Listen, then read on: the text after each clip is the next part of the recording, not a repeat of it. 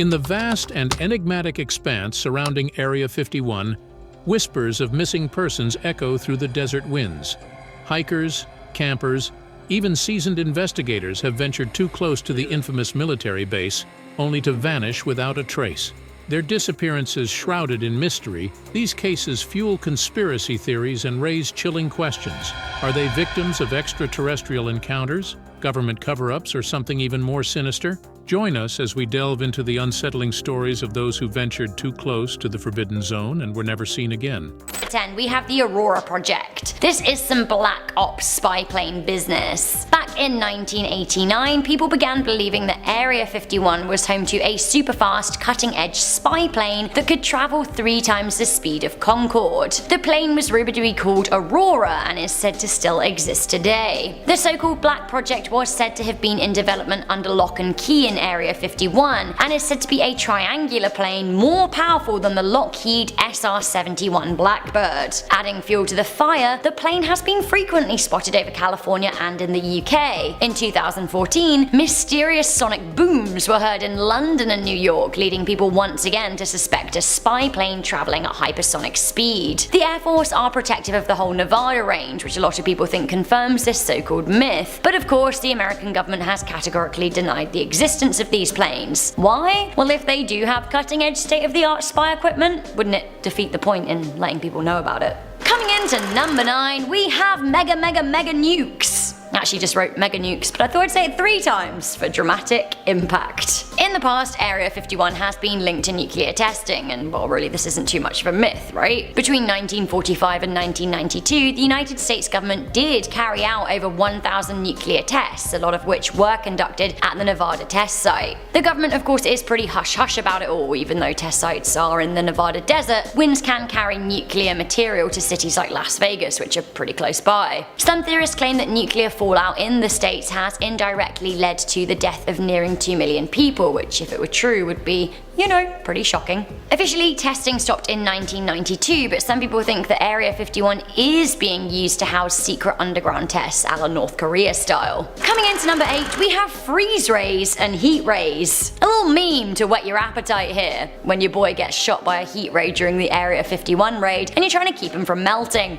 Meep. If the American military could be testing nuclear weapons at Area 51, what else could they be developing there? A lot of people think that Area 51 is the center for developing new weapons, the likes of which we haven't seen yet. Perhaps that's what's going on there. Energy weapons. Honestly, I wouldn't be that surprised. Also, I have to say, Baba Vanga, the famous seer and blind mystic, did predict there'd be a war in Rome in 2045 using freeze ray guns, so if they were being developed at Area 51, I guess that would kind of check out on the timeline. Freeze ray guns though, seriously. Coming into number 7, we have aliens. Of course. This is the most popular theory, and right now, we think it's a myth because we've got no discernible proof that Area 51 does contain aliens, but there is a lot of speculation. In 1947, a mysterious crash shook the town of Roswell in New Mexico, and indeed it became infamous from then on out. Eyewitnesses claimed that they saw a silvery disc-shaped UFO ahead of the crash, and others even reported seeing grey aliens at the crash site. Many suspected a cover-up, and it was widely believed that the alien bodies and crash wreckage were taken to Area 51 for examination. Physicist Bob Lazar claimed to have worked at Area 51 in the 1950s, and he confirmed that there were indeed grey aliens being kept there, and that it was his job to attempt to reverse engineer alien technology. Advanced photographic and film evidence of alien autopsies was leaked in 1995, with Ray Santilli claiming that it came from the US military. American journalist Annie Jacobson has conducted extensive research on Area 51, and she even wrote a book about it. She also claims to have interviewed a source who seemed extremely and exceptionally scared, and also exceptionally credible. Right now, aliens at Area 51 is an assumed myth, but like, is it? After the storm, will this myth be rebunked? That's a word, right? It is now. Coming in at number 6, we have alien-human hybrids. So one extension of the whole there are aliens at Area 51 thing is that they're actually breeding them with humans. Honestly, what? There is an article on the crack theory website collectiveevolution.com which claims that agents of a new world order are generating a breed of cross species that look just like us but have the mental and physical capabilities of aliens. Sure. Some think that actually they are indeed the much memed sexy aliens at the facility, and some people are getting off with them left, right and center to make new human-alien hybrids. Creepy. I know it sounds fun and everything, but like, do you really want to snog an alien? Others think that the government is harvesting alien organs, and honestly, I'm not sure what's scarier. Coming into Starting us off with number 10, Our Secrets Kill. In 1994, the US Air Force and the EPA were sued by the widows of Walter Kazaa and Robert Frost. The two contractors died while working at Area 51 because they were present when massive quantities of unknown chemicals were being burned in open pits at Groom. The men were never told what the chemicals were, they weren't even allowed to bring gas masks from home or any external equipment, just gloves. They sustained liver, skin, and respiratory injuries, and that soon led to their deaths. Biochemists analyzing the men's biopsies found high levels of industrial toxins in their tissue that are rarely ever seen in humans. Of course, the women lost the case because President Clinton made Area 51 exempt from all environmental disclosure laws, and because the government never actually had to reveal what the chemicals were, so the case had insufficient evidence. I find this so unfair. It's like the case of the population of Chernobyl. Like, the people have to know what they're being exposed to, what they've gone into, so they can make their own informed decisions. You can't just put people's lives on the line. Come on people, let's think. Coming in at number 9 is the employee route. This is one of the most secret places in the world. The contractors there don't even know what materials they're working with. No civilian has ever been inside. Presidents in the past have even requested to know more, like the place is an enigma. And if you thought the employees working there would at least have the real tea, well, you're still half wrong again. National security wanted to make 100% sure Area 51's employees wouldn't ever be able to make it to work without a roadmap, so they came up with a plan. Workers show up to a certain spot in Las Vegas every day and actually get flown into work so they can't remember how to get there. Forget the employees, they had to minimize other people's suspicion and curiosities as well. I mean, employees could easily be followed, so they prevented it completely. Imagine being flown into work every day. Usually I'd say what a life, but in this case I'm really not too sure. And to top it all off, all employees are paid in cash only and have to sign their receipt with a fake name since they're part of a black project. At number 8 we have Dreamland. Before the site gained all this fame with Area 51, it was actually called Dreamland. Weird, I know. I only know of one other Dreamland, and it's a water park, not an alien conspiracy site. When it was Dreamland, there weren't all these spooky, freaky stories surrounding it. It didn't make people run for the hills like it does now. It was initially called Dreamland because it was meant to be a quiet place where workers could do their job, mind their own business, and not be called out for being aliens. I don't know whose idea it was to call it Dreamland. Maybe they thought all their dreams would come true if they got all these military jets, right, or these nuclear weapons, or if they dominated other planets. I don't know. That's why they did all this testing, right? But even then, I still don't see the link between military training and aircraft testing and Dreamland. It's probably Dreamland for someone, but that's definitely not me. Filling our number 7 slot is the landing strip, and we can thank Google Earth Images for this one. Back in 2016, it revealed a strange mile-long landing strip located in Area 6, which is about 12 miles northeast of Area 51. There's also a cluster of hangars at the end of the runway, which is quite odd, and if you don't know what a hangar is, it's basically a building that houses aircrafts. No one knows what's being tested there and why the hell they have a mile-long runway. It looks sus, and based on my previous video about what the government is hiding in Area 51, this is the fully functional alien airport I was talking about. Check that video out if you haven't already. Now at number 6 is Paradise Ranch. So of course there are a number of employees that work at Area 51, and regardless of how high up you were or how much you enjoyed your job, living in the middle of nowhere in the desert is boring. During its heyday when it was a testing site for the U-2 aircraft, an engineer called Kelly Johnson tried to rebrand the area to try and convince more government workers to move there with their families, so he came up with Paradise Ranch. Far from paradise, it was actually just an area filled with rows of trailers for families to live in. That is literally it. No amenities even, I mean at least build a grocery store or a pool. I don't know how they named it Paradise Ranch, that's the biggest fake news if you ask me. And either way, clearly the ghost town trailer area remained a ghost town trailer area. Even the picture of it just gives me the creeps. Number 5, we have the one world government. So I just mentioned it in the previous point. A lot of people do think that Area 51 is the secret meeting place of the Illuminati or the reptilians or a one world government. The whole reptilian thing has been a popular theory with Americans and the wider world, who believe that the world elite is actually made up of lizard people. This theory is most heavily perpetuated by good old David Icke. He, in my opinion, is excellent value. Icke says thousands of years ago the reptilian beings from the constellations Orion, Sirius and Draco intervened on planet Earth and began interbreeding with humans, not physically, however, but rather through manipulation of the human coding or DNA. Icke basically states that it is no coincidence that humans have fundamental reptilian genetics within their brain. I'd like to see the science. Their headquarters? Area 51. Obviously. I do actually kind of think that Mark Zuckerberg's a lizard though.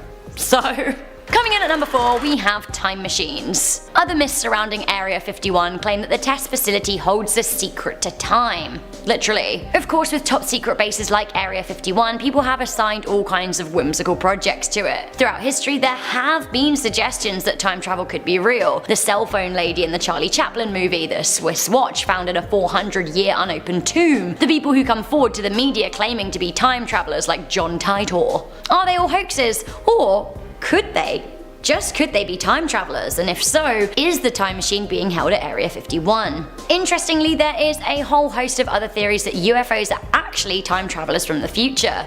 Weird. Are we the aliens? Coming into number 3, we have Area 51 doesn't exist. Now this myth has been debunked, but the fact that it was perpetuated for so long is pretty terrifying. Area 51 has been in existence since sometime in the late 1940s to early 1950s, but up until 2013, the United States government refused to acknowledge its existence. Barack Obama was the first president to actually mention it publicly. Before that though, the government doubled down on its denial. It even wrote that neither the Air Force nor the Department of Defense owns or operates any location known as Area 51. In 2005, Jeffrey Rickelson of George Washington University's National Security Archive submitted a Freedom of Information Act request to the US government to disclose the true nature of Area 51. In 2013, Washington did indeed release a bunch of documents. In 2018, they actually finally lifted the ban on satellite imagery over Area 51, which means that you can now see that it very much does exist on Google Maps. The issue here though is that the facility's existence was totally denied but turned out to be real, which kind of makes people nervous as to what else could be being covered up by the government. A lot of people think that the government caved on admitting the facility's existence and actually secretly moved all of the important work away from the test site and is now using it as a red herring, a distraction and a decoy to avoid bringing attention to a new facility, a better guarded secret, an Area 52 if you will. Coming into number 2, we have The Storm is a Joke. The Facebook event created in June 2019 calling for people to storm Area 51 so we could quote unquote see them aliens is said to have started out as a joke, and I guess I can see that. However, the joke has spiraled out of control with, as of the time of this recording, 2 million people threatening attendance. The man who started it has finally revealed his identity, Matty Roberts. Matty.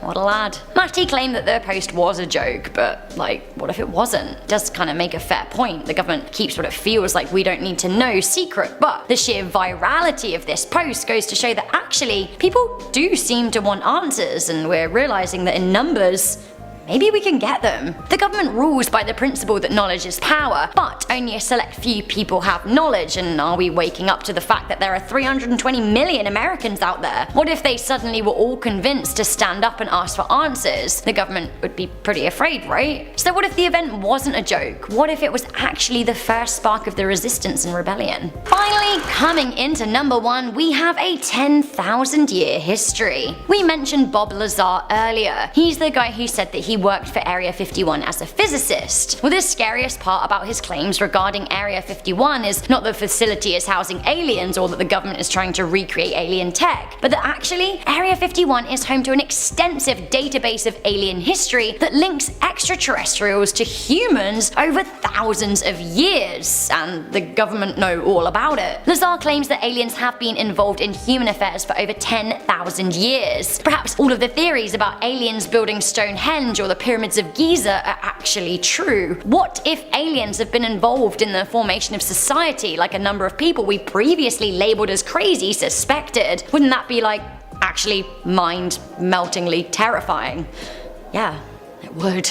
Okay, so that was the top 10 scary Area 51 myths, but I have to ask once again, how many of these are actually myths, and will we get any answers if people do decide to storm Area 51, or are a lot of people gonna die? Let me know your thoughts. Before I go, I'm gonna read some comments from the top 10 scary Swedish myths. Not all about Area 51 today. Sweden's got a lot going on. Flamsterette said, Swedish myths, yay! Rebecca looks like sunshine in yellow. I do like wearing yellow, I think it's because it's a sunny colour. I like orange too. I'm just gonna stand here listing all the colours I like. I like them all. Nemega Onyx said, dear God, this was absolute pure delight, hearing you trying to pronounce our Swedishness. Strålander. Sakana Kasai said, I have been in Sweden and it is beautiful. My favourite places were seeing lakes and walking through forests. That would be my favourite part of going to Sweden too. I haven't been yet, but it is so high on my list. So if anyone's watching from like the Sweden Tourism Board, hit me up. I'll come. I'll maybe even do a feature video of urban legends and myths for you. See? Business pitching at the end of videos. That's what we need. Alright guys, thank you for watching this video. Don't forget to let me know all of your thoughts and comments on Area 51 and beyond. Stick around because we've got a whole playlist of amazing videos. Once again, do like this video, share with a friend. Let's see them aliens. I'm your host, Rebecca Felgate. I'll see you soon. Bye.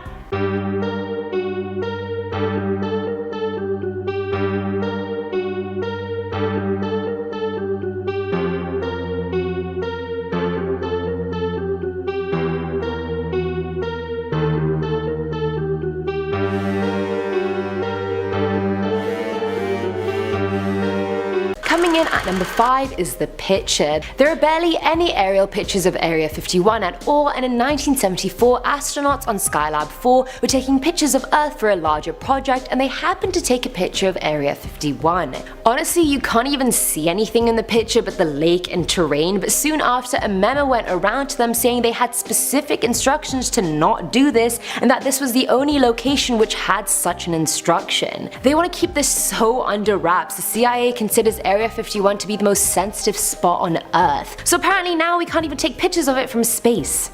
I mean, can the CIA control what we do in space? I don't think so. At number 4 is The Fire. Most of you know Tom DeLonge as the lead singer of Blink-182, but what you may not know is that he's now an alien hunter. A few years ago he went camping near Area 51 and things got real. During one night he woke up at around 3 AM and his body felt weird. It felt like static electricity was coursing through his body, and when he finally opened his eyes he realized at least his fire was still going, but there also seemed to be noises coming from outside his tent. And it wasn't just one sound, it sounded like it was coming from 20 people. Immediately he was thinking, right, I'm about to get abducted, here they are, they're not gonna hurt me, they're just talking.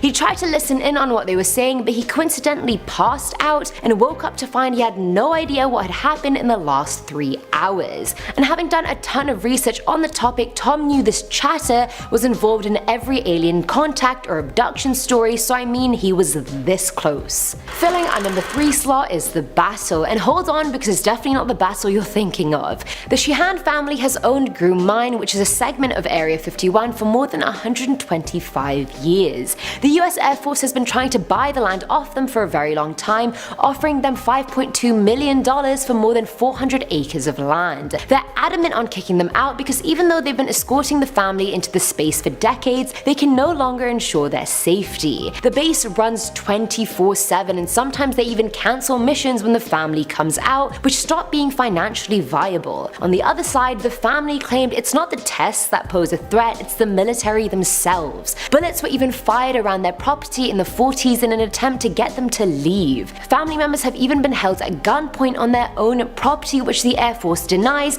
and the family even tried to sue them but ran out of money. They no longer own the land that generations had worked so hard to obtain, and I think that puts into perspective that when Area 51 is concerned, anything goes. Now at number 2 is the humming. Back in 1965, Charlie Arundel was working as a security guard at a mine near Area 51, and on 2 consecutive nights he was told to shoot anything he saw on sight. Him and a few other guards were driven to another airstrip and told to guard it. The first night they all heard a weird, almost muted humming sound for half an hour, and when the sound stopped, their shifts ended as well. But as they were leaving, they saw a huge circular camouflage tent on the runway surrounded by armed troops with their backs to it. The next night they heard the sound again, but this time the tent was nowhere to be found. Now I can't confirm what Charlie saw because I wasn't there, but I feel like he was bused to the mile-long airstrip, also known as the functioning alien airport, and was told to protect the vessel as well as potentially kill anyone or anything that comes off of it. And finally, at number 1 is the BBC invasion. Breaking into Area 51 can end up in many ways. Number 1, the camo dudes can just shoot you. Number 2, you can get fined for $1,000 and go to jail for 6 months. Or 3, they sacrifice you to the aliens because you've seen too much. Never thought jail would sound good until now. Either way, this team of journalists from BBC learned this the hard way when in 2012 they broke into the site looking for a juicy story. Anything for the team, my friends. After filming for around 30 minutes, one of the crewmen knocked on a door and 8 camo dudes, which is their official name by the way, I'm actually not bullshit, came out with assault rifles and forced the crew to the ground. They all had to lie face down with guns to their backs for 3 hours until the sheriff came. All their phones, film equipment, microphones, everything were taken away from them, and that's not even the worst part. Amongst the many threats the crew received, one was exceptionally scary. "Son, we could make you disappear and your body." Starting off this countdown, we have the secret entrances. Just last year, a man claimed to have found 3 hidden entrances that lead to Area 51. He discovered this after using Google Earth. He compared images of the base from different time periods. In one particular area in 1998, there seems to be no roads or entrance. Satellite pictures of that same location in 2005, 2010, and 2013 show a road and a dead end with what looks like an entrance and tunnel carved into a mountain. In fact, at the dead end, there appears to be cars parked there. Seems unusual for people to just park there, because what is around for them to do? Wander the barren plain alone? No, they're parking their cars there and then entering Area 51 through this secret entrance. In our 9th spot, we have the alien craft. What I'm about to show you is a leaked video and some photos from Area 51 of an alien spacecraft test. The video features a flying object hovering in the sky and moving in ways that other crafts definitely don't do. This was recorded on May 15, 2017, and then was leaked years later.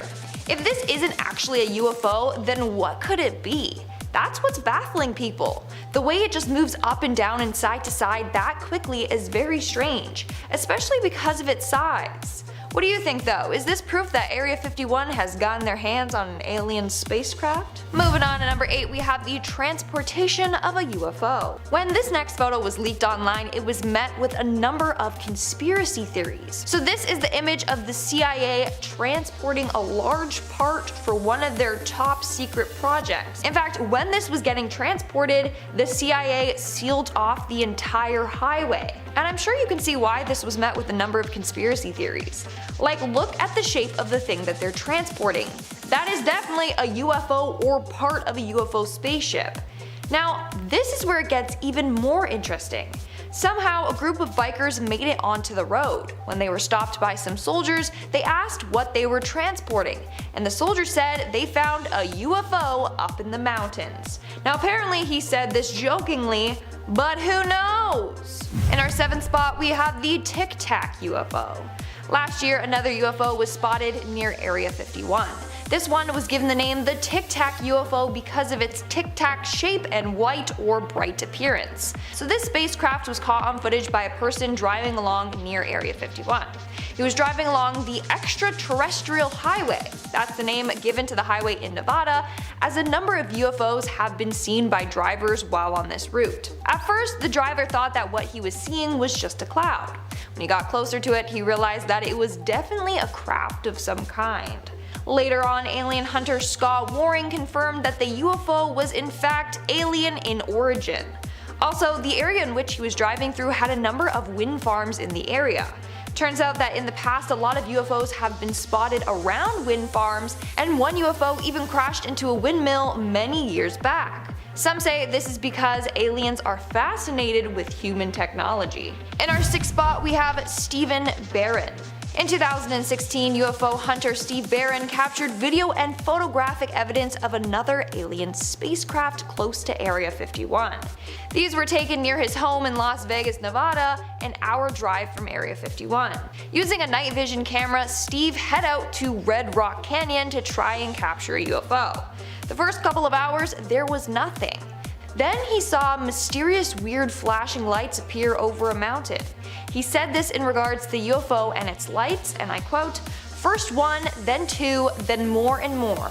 They put on a spectacular show. I am glad I was patient because the show they put on kept getting better and better." Up at number 10, Dark History. This secret base in the Nevada desert acts as the US military hub for spatial engineering and, possibly, hopefully some reverse engineering for some alien crafts. The area is named after the geological grid of the desert. The area gained notoriety, of course, in the early 90s with numerous claims that workers had worked on alien aircraft and even heard of harboring alien creatures underground. The entire premises is fenced off with signs saying no photography allowed, and also use of deadly force is authorized. So whatever they're hiding here, it's mostly military, hopefully with a little splash of ET. The base has been a testing facility for the Air Force and remains one of the most highly secured and secretive bases in America. Number 9.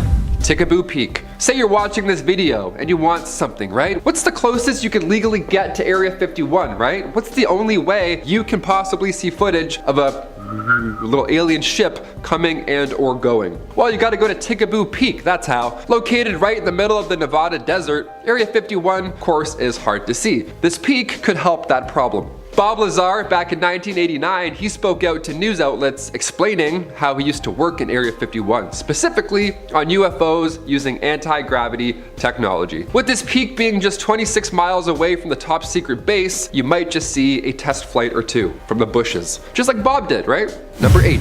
They can't stop all of us. Back in the 1950s, the public wanted answers as well. It was June 17th, 1959. The Reno Evening Gazette published a story with a headline reading, "More flying objects seen in Clark sky." More? What'd I miss? More flying objects? Then the paper even went on to describe how Sergeant Wayne Anderson, a local sheriff, was one of many locals that spotted what the paper described as an object bright green in color and descending towards the earth at a speed too great to be an airplane. Yeah, like a meteor, I guess. I don't know, that's terrifying. What could they possibly be talking about? Number 7, the Gorman dogfight. This one is a classic. A lot of people believe this encounter. This encounter lasted a whopping 27 minutes in the air. A dogfight happened between a veteran World War II fighter pilot named George F. Gorman and a UFO. It was him versus a white orb, and they were both at an extremely high altitude above Fargo, North Dakota. Gorman told a local newspaper following the 1948 event, "The experienced pilot said, and I quote, 'If anyone else had reported such a thing, I would have thought they were crazy.'" Captain Ruppelt operated Project Blue Book, a series of studies conducted by the US Air Force between 1947 and 1969, and there's reports of the same dogfight from the ground as well. So yes, there are multiple eyewitnesses for this one. Number 6, Project Aquatone. So we think about aircraft evolution over the last, say, 100 years. Well, back in 1955, Area 51 was selected by the CIA as a testing site for the Lockheed U-2. And if you've seen Top Gun Maverick lately, good on you, great film, 10 out of 10. But if you've seen it, this will tickle your fancy. The Lockheed U-2 was this high altitude aircraft. It was the top of the line technology, and tests were originally conducted over the codename Project Aquatone. Now on June 25th, 2013, the CIA approved the release of declassified documents that details, for the first time officially, the history of the U-2 and Oxcart programs in response to a Freedom of Information Act request, just like we're seeing right now with these, UFO videos online. The release of those documents marked the first time that the US government actually acknowledged the existence of Area 51. And since then, we've been waiting around for another big announcement or something. Number 5. We are now at our 5th and halfway mark with the CIA spy plane. In 2011, Los Angeles Times journalist Annie Jacobson published a book called Area 51, an uncensored history of America's top secret military base. In the book, she included a number of never-before-seen photos of the base. The first one I want to show you is of a CIA spy plane. This photo shows an A-12 ox cart hidden behind a barrier at Area 51. This was a top secret plane that was created to reach high speeds and altitudes. During the first 3 years of testing this plane, everything was kept top secret. In fact, the pilots weren't even allowed to tell their wives what they were working on. On May 24, 1963, during a test flight, the plane crashed. The pilot, Ken Collins, was fine but had to eject himself out of the plane. But afterwards, the CIA actually injected him with sodium pentothal, aka truth serum, to then interrogate him after the crash. That's crazy. In our fourth spot, we have the rare photo. So this photo was also featured in Annie Jacobson's book Area 51, an uncensored history of America's top secret military base. In fact, this is a very rare photo that has never been published before. It was published for the first time in Annie's book, and that's it. This photo is an aerial view of Area 51 taken in 1964. I don't know why it was kept a secret for so long or how Annie got her hands on it, but she did and decided to share it with the world. Moving on at number 3, we have the early U-2 spy planes. In the early 1950s, at the peak of the Cold War, the CIA began to develop planes that they wanted to reach an altitude of 70,000 feet to avoid detection against Soviet radar. This gave birth to the U-2 spy planes that you see here in this picture. This photo was taken in Area 51 in 1956, and pictures of workers standing on the plane's wing. Sadly, at least 3 pilots lost their lives during test flights, including 2 at Area 51 and 1 at an Air Force base in Germany. Coming in at number 2, we have Boyd Bushman. Shortly before his death, former Area 51 engineer Boyd Bushman revealed that he encountered aliens while working at Area 51. In a video, Bushman shows a number of mysterious photos to the camera, including one of an alien and a number of photos of the alien's appendages. We have a total of at least 18 that exist and operate with our facility. Now, many people believe that this man is telling the truth. Why? Because he had nothing to gain or lose by sharing his story. Plus, an interrogator with the police studied Boyd's movements and speech pattern during this interview, and he said that it appears as if he's telling the truth.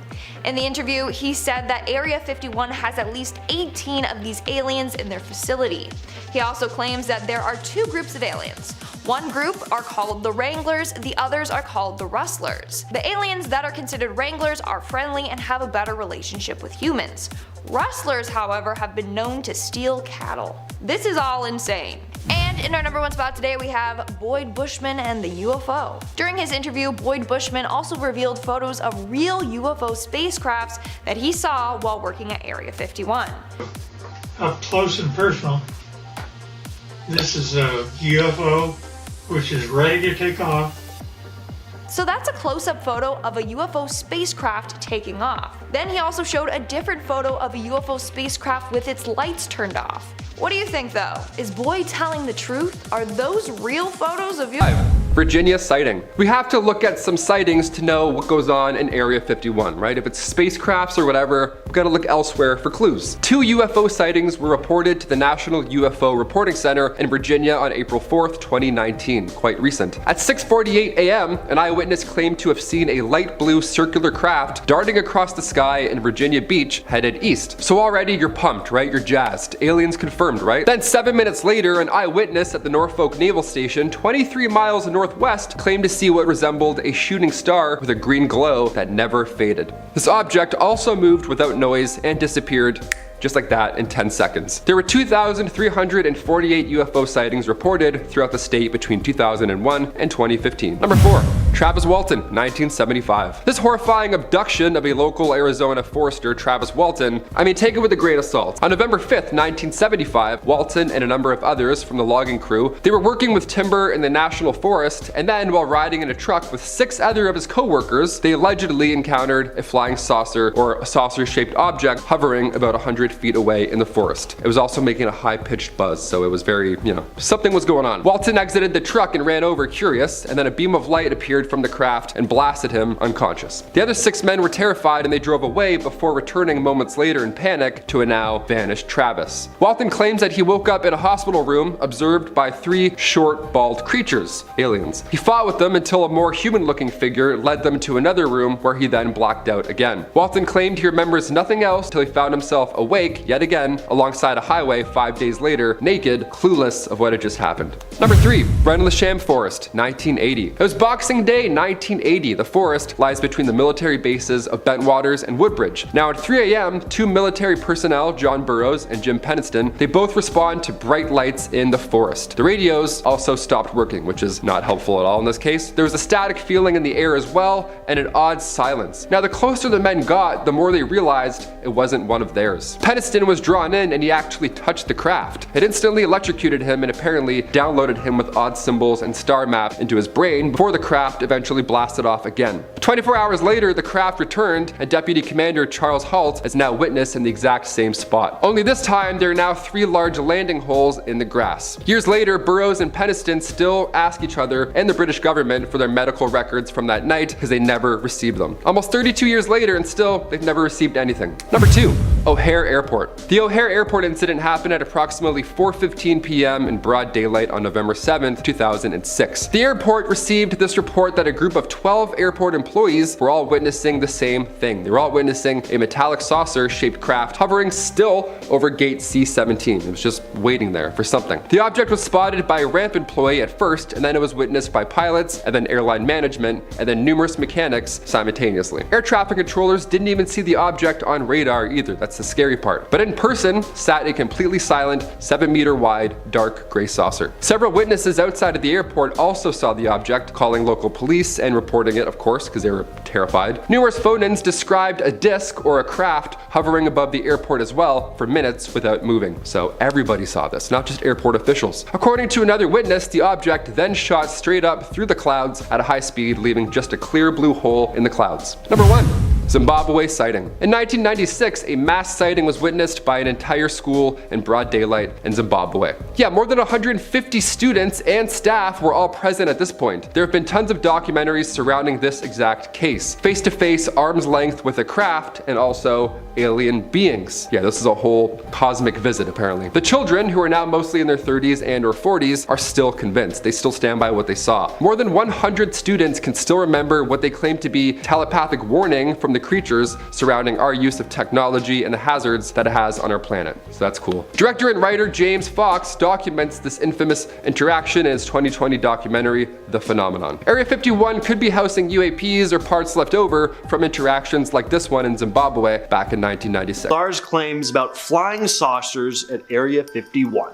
So when he claimed to have worked there, he said there were 9 alien aircrafts being held and studied at the base. In terms of what these alien crafts were being used for, more detail on that in a bit, but basically they were reverse engineering the alien technology. In terms of what these alien aircrafts looked like, Lazar described them as looking completely different from one another. Some of them he only got a quick glimpse of and were too far away to make out proper details, but a couple really stood out to him, and one he referred to as the Jello mold, describing it looking like, quote, your classic Jello mold with the ripples on the sides of it. One he saw looked more like a flat disc, and part of it was damaged. He figured maybe researchers had been maybe testing whether or not their weapons could penetrate it, or it could have just crashed or been shot down initially. And most of his research was happening at Area S4. But let's go to Hannah for more info on that. Alright, thanks James. Unless you're living under a rock, I'm positive you have heard about Area 51, otherwise you probably wouldn't have clicked on this video. But do you know about Area S4?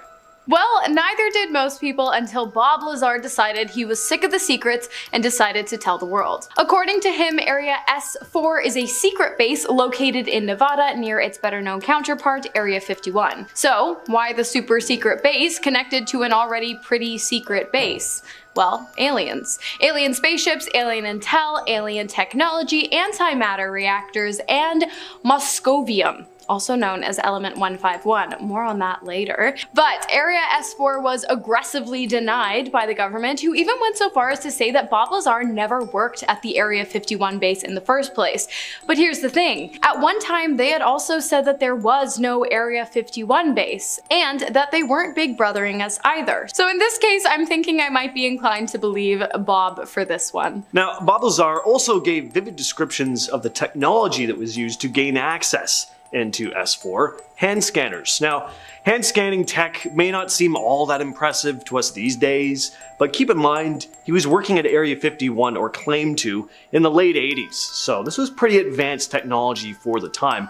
If this is true, you can only imagine some of the futuristic tech they could have over there now. According to Bob Lazar, the security system at the S4 facility involved a unique and advanced hand scanning process. When you'd come up to secure areas, you'd be required to undergo a biometric scan using a hand scanning device. Lazar described this device as a very sophisticated piece of tech that scanned the unique patterns and features of the hand to grant access. He'd place his hand on a scanning surface, and the device would analyze all the specific contours and lines on the hand.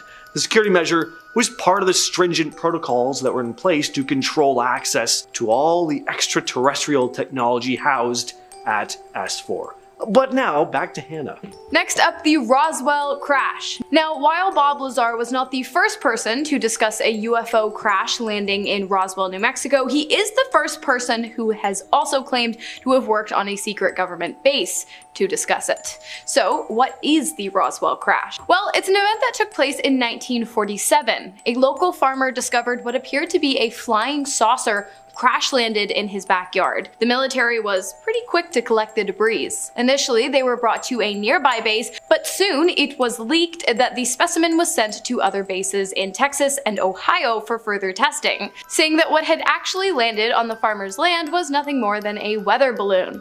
So why did they send it to so many testing facilities? Okay, what's even weirder is that 50 years after the incident, the Air Force released a report claiming that the wreckage was actually part of an espionage mission. Bob Lazar claimed that the whole thing was a poorly planned cover-up, and that the strange events that took place in the area after the crash were due to the fact that what had actually been collected was nothing less than an alien spacecraft. Seems like a lot of lying going on from the government there. They keep changing their story. I'm sure in another 50 years they'll tell us what it actually was. Alright, next up we have Bob Lazar's description of briefing documents. So we've already covered, and we'll talk more about the alien aircrafts seen at the facility, but what about their origin? Does anyone know where these things came from? Well, according to Lazar, the government did have quite a bit of information on these alien beings, and this info was shared with him and other workers in briefing documents. They were part of a briefing that was provided to personnel working on the classified projects at S4.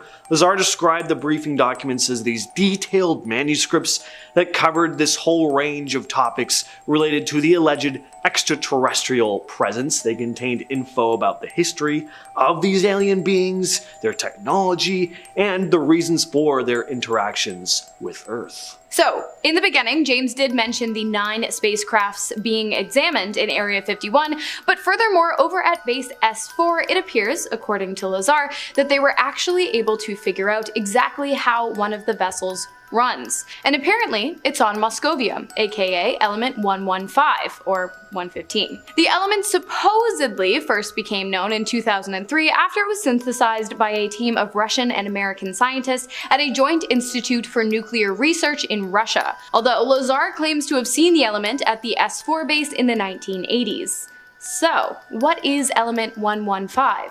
Well, it's a super heavy radioactive element. By bombarding the atoms of element americium, 243 with the ions of calcium 48. Hopefully I pronounced those somewhat correctly. Obviously, I don't recommend trying this at home. As I said, the element is radioactive, and also you probably can't do it at home unless you have some kind of $1,000,000 lab stashed away in your basement. Anyways, I think that I do believe Lazar, because if anything's gonna power an alien spaceship, it's probably gonna be something heavy and radioactive. Back to you, James. Now, off our list today we have Capistern Yar in Russia. This place, often shrouded in an aura of intrigue and mystery, is a Russian rocket launch and development site that has fueled countless conspiracy theories and urban legends since its establishment in 1946. Dubbed the Russian Roswell, it has been at the epicenter of UFO folklore in Russia, with numerous sightings and alleged alien encounters reported over the decades. The secrecy surrounding its operations only amplifies the allure, with speculations ranging from hidden extraterrestrial artifacts to advanced undisclosed aerospace technologies. While it serves as a significant hub for Russia's aerospace endeavors, its mysterious past and the restricted access to the site have made it a fertile ground for outlandish theories and urban legends, my favorite. Next up we have Camp Peary, commonly referred to as the Farm, is a site nestled in Virginia in the United States, and it is shrouded in a veil of secrecy that feeds the imagination and fuels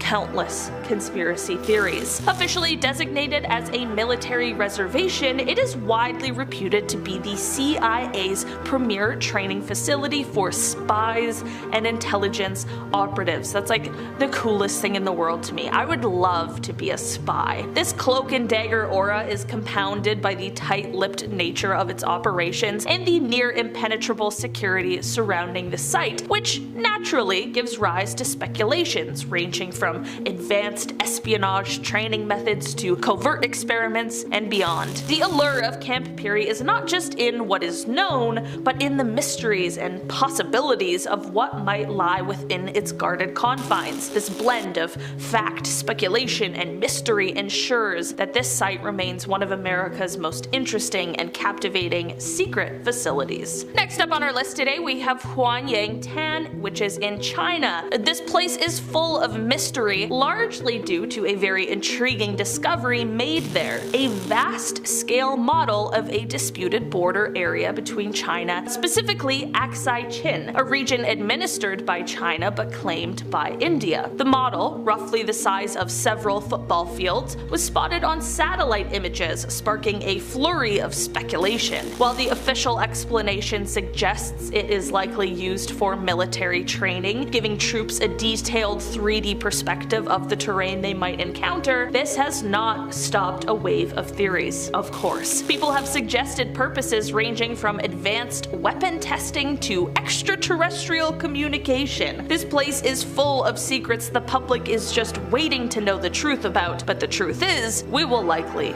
never know. Next up on our list today we have Zitker in Russia. Okay, another one of those secret Russian facilities. This place has captivated the imagination of conspiracy theorists. I mean, what doesn't capture their imagination? But also military aficionados. Dubbed by some as Russia's Area 51, this facility is rumored to nestle within the confines of Capistern Yar missile test range that we already spoke about, which itself is a site of considerable speculation due to its historic ties to the Soviet Union's early forays into space and missile technology. Urban legends paint Zitker as a subterranean labyrinth teeming with alien technology and clandestine government experiments. Tales of UFO crash retrievals, reverse engineering of extraterrestrial artifacts, and even advanced propulsion research echo through the corridors of conspiracy forums, fueling a narrative that blends Cold War secrecy with sci-fi mystique. I'm just saying, Bob Lazar probably loves this place. While concrete evidence remains as elusive as the whispers of alien encounters, Zitker's allure persists, an unexplained secret base where the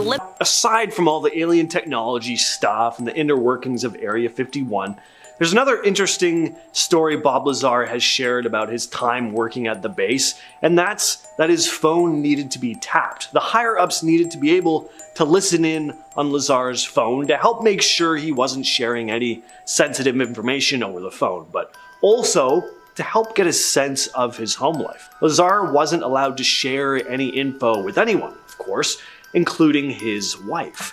She was completely in the dark about what he was doing day to day, and she began to think that he was having an affair. And then she started having an affair. The higher-ups at Area 51 knew this because they'd been listening in on his home phone, but Lazar had no idea.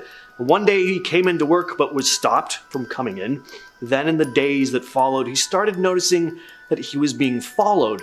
He found out after the fact that they wanted to make sure Lazar wasn't going off the deep end due to marital problems and that he'd be stable enough to continue his work at the base. So, Lazar saw the base, and he saw the spacecraft, and he saw what powers it. And then, apparently, he saw military personnel reverse engineer it. Honestly, I don't know why they don't just release this information publicly. I mean, the Pentagon released a bunch of UFO footage, and we're supposed to believe that the best they can do is capture it on video? Like, isn't the United States supposed to have the most powerful military in the world or something? I'm just saying, it might make them look better, and smarter, and more capable if they just said, yeah, we found a spaceship, and it's ours now. But I guess you guys aren't here to listen to me rant about the pointlessness of gatekeeping UFOs. So, Lazar claims that by dissecting one of the vessels on base S4, the government was able to figure out how to build one themselves. Not only that, but he was actually one of the engineers who helped them do it. He also claims that the team used anti-gravity and antimatter technology while crafting the ship, and he had a front row seat to its initial launch. Thank you, Hannah, and now I'm going to talk more about that launch.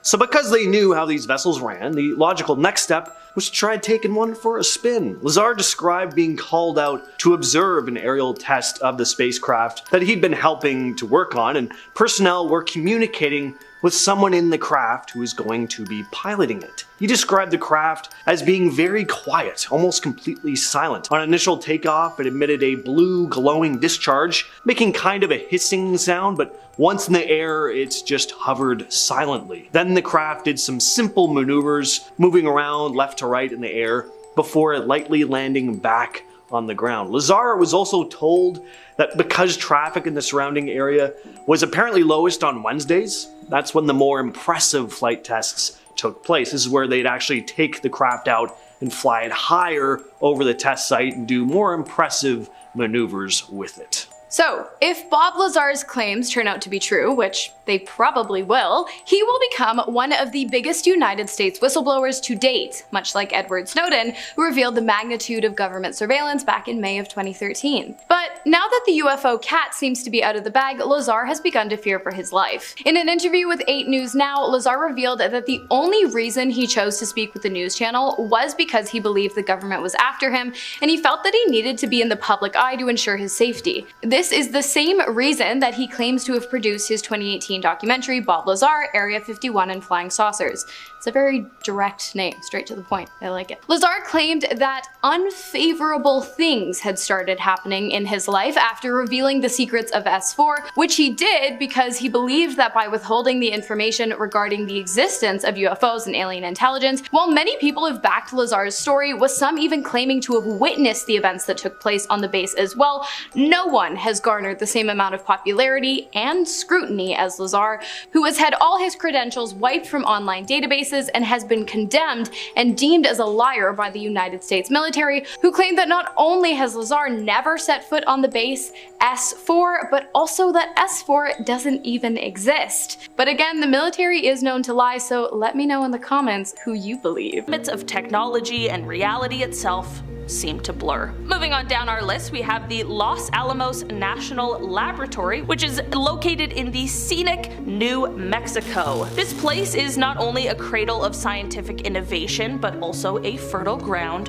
for the imagination. Established during World War II as part of the Manhattan Project, its primary mission was to design and build the atomic bomb. Most of us probably saw Oppenheimer, so I feel like we have a bit of an idea as to what this time in history was like. This clandestine origin has sown the seeds of mysteries that have flourished into various theories and legends. While it is revered for its contributions to nuclear science, space exploration, and national security, Los Alamos also wades through a swamp of speculative tales ranging from alien research to time travel experiments. Despite its transparent achievements in science and technology, the shroud of secrecy that once enveloped its operations feeds public curiosity and fuels tales that tread the fine line between fact and fiction. Next up on our list, we have the Tonopah Test Range, ensconced in the remote reaches of Nevada. This place is a swath of land that has long been the focal point of intense speculation. Officially, it serves as a key site for the testing of advanced weapons systems and aerospace technology, playing a pivotal role in the US military's research and development endeavors. Yet,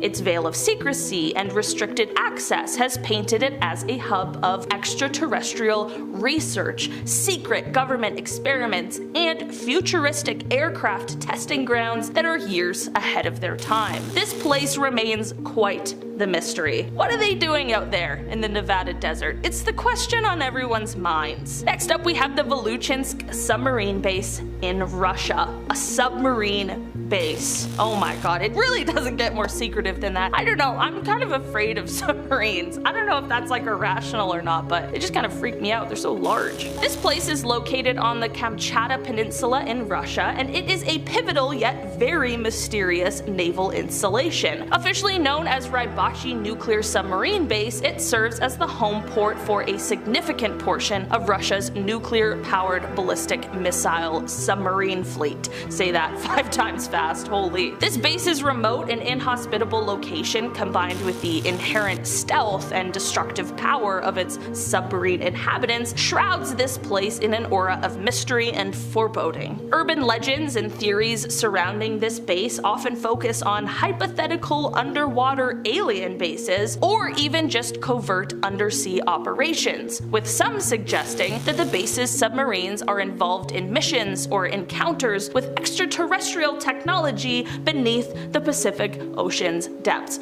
I truly could not make this up. Next up on our list today, we have the Thule Air Base in Greenland. This place is the United States' northernmost military installation, and it is a site covered in the icy mists of mystery and intrigue. Situated well within the Arctic Circle, this remote outpost has been a beacon, largely due to its extreme location and strategic importance. While officially it serves as a radar station and a key node in the ballistic missile early warning system, its isolated and harsh environment has only worked to fuel the speculation about scary activities and top secret experiments. Rumors range from underground facilities burrowing into the Arctic ice to be a staging ground for space weapons or even UFO-related research. Despite these colorful tales, the site's critical role in military and aerospace operations is undeniable, standing as a silent sentinel in one of the most desolate places on Earth. Alright, starting off our top 2, we have the Holloman Air Force Base in the United States, nestled in the arid landscapes of New Mexico. This place is an epicenter of aviation and aerospace innovation, but of course,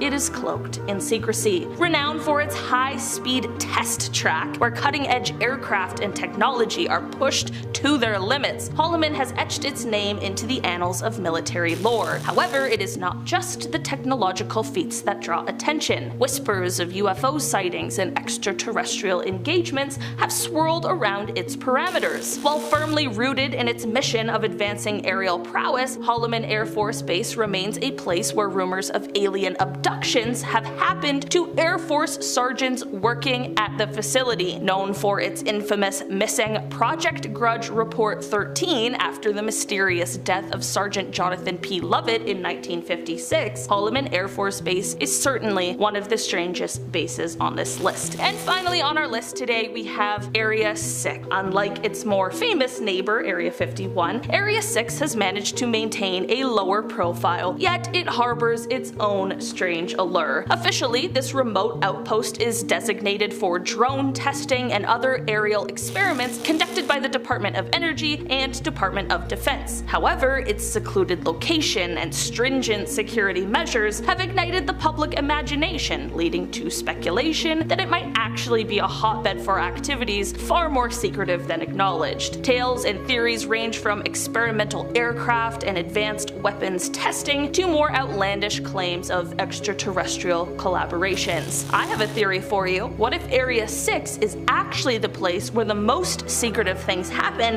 and Area 51 is just used as like a sort of cover-up? Like, oh yeah, look here and how secretive this place is. Well, Well, it's actually Area 6 hiding mermaids and aliens and whatever else is out there that we don't know about. Alright guys, that has been our list for today. Thanks so much for checking it out. I've been your host today, Olivia Kozlowski, and I'll probably see you guys again very, very soon. Alright, bye!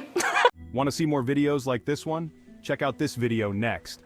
It's about the creepiest glitches that Alexa has made, and yes, we're talking about the Alexa in your home. Viewer discretion advised. Don't forget to turn off your own Alexa.